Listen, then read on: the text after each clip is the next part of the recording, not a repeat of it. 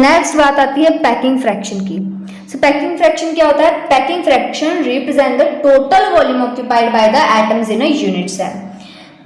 सो इसको हम एग्जांपल से समझते हैं, जैसे कि आपके पास एक ग्लास है, ठीक है, ग्लास का टोटल वॉल्यूम कुछ है, मान लीजिए 24 मिलीलीटर है उसका टोटल वॉल्यूम ग्लास का, एंड देन आपने उसको वाटर से फिल कर दिया, हाफ फिल कर दिया, आपने उसको वाटर से हाफ फिल कर दिया।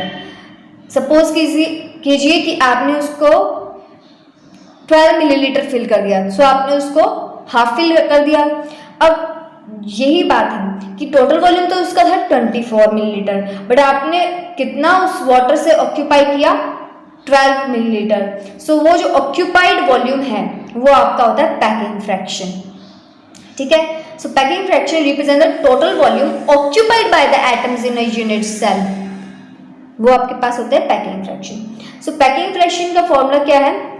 और हाँ, ये हमें पैकिंग फ्रैक्शन जो हमें किस लिए यूज करते हैं, ये हम देखने के लिए यूज करते हैं कि जो हमारा स्ट्रक्चर है वो लूजली पैक्ड है या क्लोजली पैक्ड है।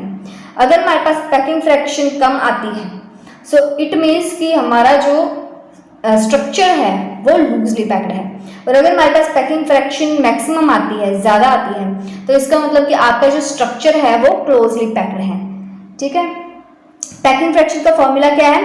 Packing fraction equals to number of atoms per unit cell, ठीक है, जितने भी number of atoms per unit cell होंगे multiplied by volume of single atom, एक एटम का जितना वॉल्यूम होगा, upon volume of unit cell, ठीक है।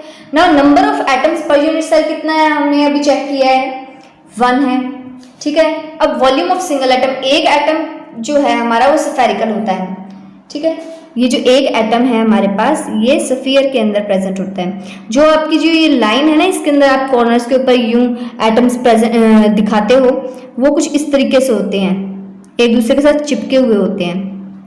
सो यहाँ पर देखिए, इसका जो रेडियस है r है, इसका भी रेडियस r हो क्योंकि सेम है। देन और आप जो डिस्टेंस लेके चलते हो वो r से r के, यहाँ से इस स्फीयर के सेंटर से इस स्फीयर के सेंटर तक का जो डिस्टेंस है वो आपके पास a होता है, ठीक है। सो यहाँ पर देखिए 1 इंटू, अब यहाँ पर स्फीयर के वॉल्यूम का फॉर्मूला लगा दिया 4/3 पाई r क्यूब। अब r क्यूब जो है आपके पास a क्यूब अपॉन 8 है, क्योंकि ये क्या था आपके पास में a क्यूब अपॉन, सो आप यहाँ से देख सकते हो कि यहाँ पर 1r प्लस r, ये बन गया 2r इक्वल होता है हमारे a के। सो यहाँ पर r की वैल्यू क्या आ जाएगी? a ओवर 2 आपके पास r की वैल्यू आ जाएगी। अब यहाँ पर जब आप पुट करोगे r क्यूब की जगह पर, तो ये आ जाएगा a क्यूब अपॉन 2 का क्यूब विच इज 8। एंड जब आप इसको कट करोगे, सो कट करके आपके पास में ये 1 एंड ये आपके पास में आ गया 2, तो कट करके a क्यूब से a क्यूब कैंसिल हो जाएगा, कट करके आपके पास आ जाएगा π/6, ठीक है। सो पैकिंग फ्रैक्शन आपके पास आ जाएगी 0.52। Now percentage of packing fraction, percentage कैसे निकालते हो? आप 100 से मल्टीप्लाई कर दोगे और 100 से ही डिवाइड कर दोगे, तो आपके पास परसेंटेज आ जाएगी पैकिंग फ्रैक्शन की। सो जब 0.52 को आपने 100 से मल्टीप्लाई किया, 100 से डिवाइड किया, सो 0.52 जो है वो आपका 100 से मल्टीप्लाई हो जाएगा, 52 बन जाएगा। एंड 100 जो है परसेंटेज के लिए यूज करते हो, सो 52% आपके पास पैकिंग फ्रैक्शन आ जाएगी। सो इससे हमें क्या पता चलता है कि जो सिंपल क्यूबिक यूनिट सेल है वो लूजली पैक्ड है, क्योंकि जो पैकिंग फ्रैक्शन है वो हाफ है। So hence simple cubic unit cell is loosely packed. Now body centred unit cell के बारे में अब हम बात करते हैं। So body centred units cubic unit cell क्या होता है? In this structure atoms are present at the corners of the unit cell as well as centre of the body. इसके अंदर क्या होता है कि आपके कॉर्नर्स पर तो प्रेजेंट होते ही हैं, ठीक है, एटम्स जो है आपके कॉर्नर्स पर तो प्रेजेंट होते ही हैं, बट सेंटर में भी आपका एक एटम प्रेजेंट होता है। ये जैसे कि मैंने एक क्यूब लिया है, इसके अंदर हम x, y and z corners ले लेते हैं। ये मान लीजिए ये मैंने x, y एंड z जो है एक्सिस ले ली है, x, y, z। अब यहाँ पर देखिए एटम्स कितने प्रेजेंट हैं? 8 तो कॉर्नर्स पर प्रेजेंट है, 8 1 2 3 4 5 6 7 एंड 8 तो हमारी कॉर्नर्स पर प्रेजेंट है, और एक जो है वो हमारा सेंटर में प्रेजेंट रहेगा, ठीक है। सो ये हमारा हो गया body centred cubic unit cell. ये तो हो गया इसके स्ट्रक्चर के बारे में। नेक्स्ट, अब जो प्रॉपर्टीज हमने सिंपल क्यूबिक यूनिट सेल के बारे में पढ़ी है वही हमें body centred cubic unit cell के अंदर डिस्कस करनी है। सो यहाँ पर देखिए number of atoms per unit cell कितने होंगे, 1/8 तो ये कॉर्नर्स वाले कंट्रीब्यूट कर रहे हैं और कितने हैं 8 हैं। So number of atoms per unit cell कितने होंगे 8 मल्टीप्लाइड बाय 1/8 प्लस एक जो इसके बॉडी के सेंटर में है प्लस 1। सो ये हमारे पास कितने होंगे number of atoms per unit cell 1 + 1 which is equal to 2। Now volume of unit cell same रहेगा क्योंकि इनकी जो लेंथ है वो है a, साइड्स की जो लेंथ है वो है a। सो यहाँ पर वॉल्यूम ऑफ यूनिट सेल कितना आ गया a³। Now volume of primitive unit cell, primitive unit cell का जो वॉल्यूम है वो क्या होता है volume of unit cell upon number of atoms per unit cell. ठीक है, so volume of unit cell क्या है ये अभी हमने निकाला है a³ होता है and primitive number of atoms per unit cell कितना है वो है 2। सो a³ ओवर 2 हमारे पास volume of primitive unit cell आ जाता है। अब हम देख लेते हैं कोऑर्डिनेशन नंबर क्या होता है। सो कोऑर्डिनेशन नंबर वही होता है जो कि रिप्रेजेंट करता है जब हम एक स्ट्रक्चर के अंदर एक एटम को जब हम रेफरेंस एटम मानकर उसके नियरेस्ट नेबर को जब हम कैलकुलेट करते हैं, उनके जो नियरेस्ट नेबर्स होते हैं वो जितनी काउंटिंग के अंदर होते हैं वो हमारे पास कोऑर्डिनेशन नंबर आता है। सो जैसे कि ये हमारे पास एक body centred cubic unit cell है। ठीक है, अब इसको हम कर देते हैं एक्सटेंड। ठीक है, यहां से ये एक्सटेंड हो रहा है एंड देन यहां से इतना एंड ये कुछ आगे की तरफ भी एक्सटेंड होगा। सो विच इज दिस,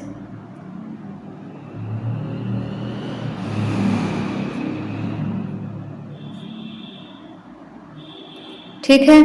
अब यहां पर आप एटम्स को प्रेजेंट कीजिए।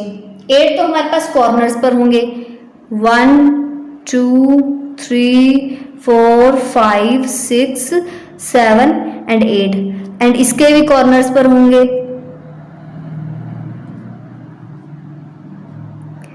अब यहां पर देखिए एक एक इनके जो है बॉडी सेंटर पर होगा। सो एक इसके बॉडी सेंटर में एक इसके बॉडी सेंटर में। ठीक है, अब यहां से जो नियरेस्ट डिस्टेंस है वो कितने होंगे, एक तो ये यहां से सभी का डिस्टेंस जो है सेम रहेगा 2 3 4 5 6 7 एंड 8।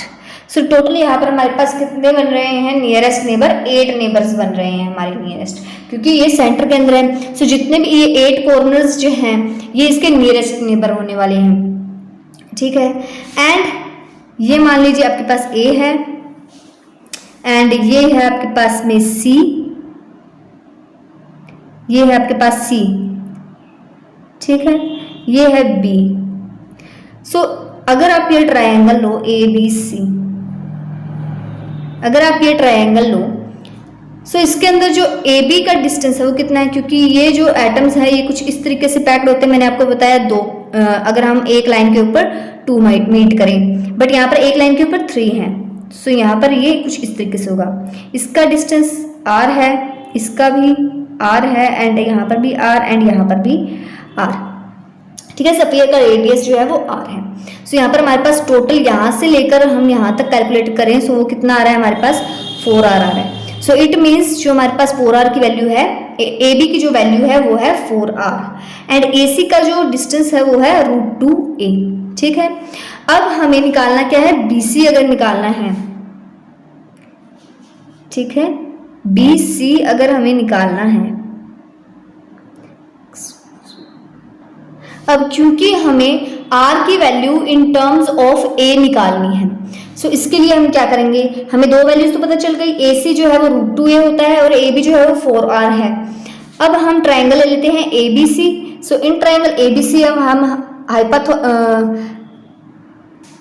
अब हम पाइथागोरस थ्योरम लगा लेते हैं। सो वो हमारे पास आ जाता है AB² हाइपोटेन्यूज का square equals to perpendicular square plus base square. So ये हमारे पास परपेंडिकुलर का square BC A² and AC जो है वो हमारे पास बेस का स्क्वायर है।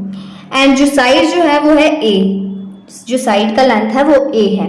सो यहाँ पर जब आप इसको ओपन करोगे सो √2a आपका बन जाएगा 2a² प्लस a², सो आपका आ जाएगा 3a²। सो AB की जो वैल्यू है वो √3a आ जाएगी, ठीक है, क्योंकि a जो है आपका अंडर रूट से बाहर निकल जाएगा। ये जो स्क्वायर है ये भी यहाँ पर आकर क्या बन जाएगा, ये अंडर रूट बन जाएगा। सो यहाँ से आपका a² बाहर निकल जाएगा, AB जो है वो आपका √3a आ जाएगा।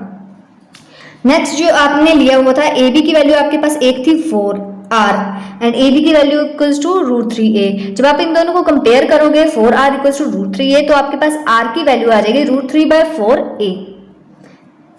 अब बात करते हैं एटॉमिक पैकिंग फ्रैक्शन के बारे में।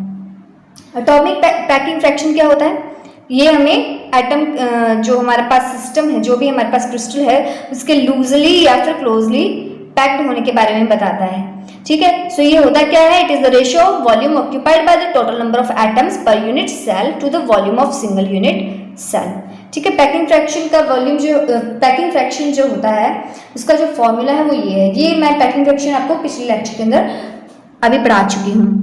सो packing fraction equals to number of atoms per unit cell multiplied by volume of size of atom upon volume of single unit cell.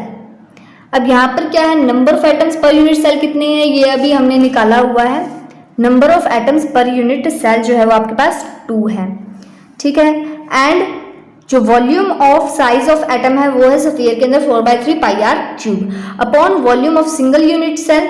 Single unit cell का भी वॉल्यूम हमने निकाला था वो a³ आया। सो नेक्स्ट जब हम करते हैं r³ की जो वैल्यू है वो आपने a की फॉर्म में लिख देनी है √3/4a। सो आप जब इसके अंदर पुट करोगे सो आपके पास आ जाएगा 3√3/64a³, ठीक है, और नीचे a³ पहले से ही था। सो यहाँ से 4 से 64 कैंसिल हो जाएगा एंड देन a³ से a³ कैंसिल हो जाएगा। 4 से अगर आप 64 कैंसिल करोगे कितने पे होगा, सो ये जो है ये आपके पास 16 के ऊपर हो जाएगा। 4 16 या 64 एंड 2 से 8 के ऊपर एंड 3 से 3 कैंसिल हो जाएगा। सो आपके पास आंसर में क्या बचा, पाई, √3 और 8। सो ये आपके पास आंसर आ जाएगा √3/8 पाई एंड पाई की वैल्यू जब आप पुट करोगे तो आपके पास आंसर आ जाएगा 0.68। अब हमें निकालनी क्या है, percentage of packing fraction. Percentage of packing fraction कैसे निकालते हो, 100 से मल्टीप्लाई कर दोगे एंड 100 से ही डिवाइड कर दोगे। सो परसेंटेज पैकिंग फ्रैक्शन क्या आ जाएगी, 0.68 जो हमारा आंसर था multiplied by 100 divide by 100 and 0.68 के साथ 100 तो मल्टीप्लाई हो जाएगा और जो नीचे वाला 100 है ये परसेंटेज के लिए है। सो ये आपके पास आ जाएगा 68/100 विच इज इक्वल टू 68%। सो अभी भी यहाँ पर जो आपका यहाँ पर 32% जो पैकिंग फ्रैक्शन है, वॉल्यूम है, वो खाली है। सो इट मीन्स आपके पास स्पेस है। सो यहाँ पर क्या होंगे, जो एटम्स हैं वो लूजली पैक्ड रहने वाले हैं। So this represent that 32% of the space of a body centred cubic unit cell is vacant, यानी कि body centred cubic unit cell के अंदर भी 32% जो स्पेस है वो वेकेंट रहती है एंड इसके कारण आपका क्या हो जाता है, body centred cubic unit cell loosely packed structure बन जाता है। So BCC unit cell is loosely packed structure आपके पास आ जाता है।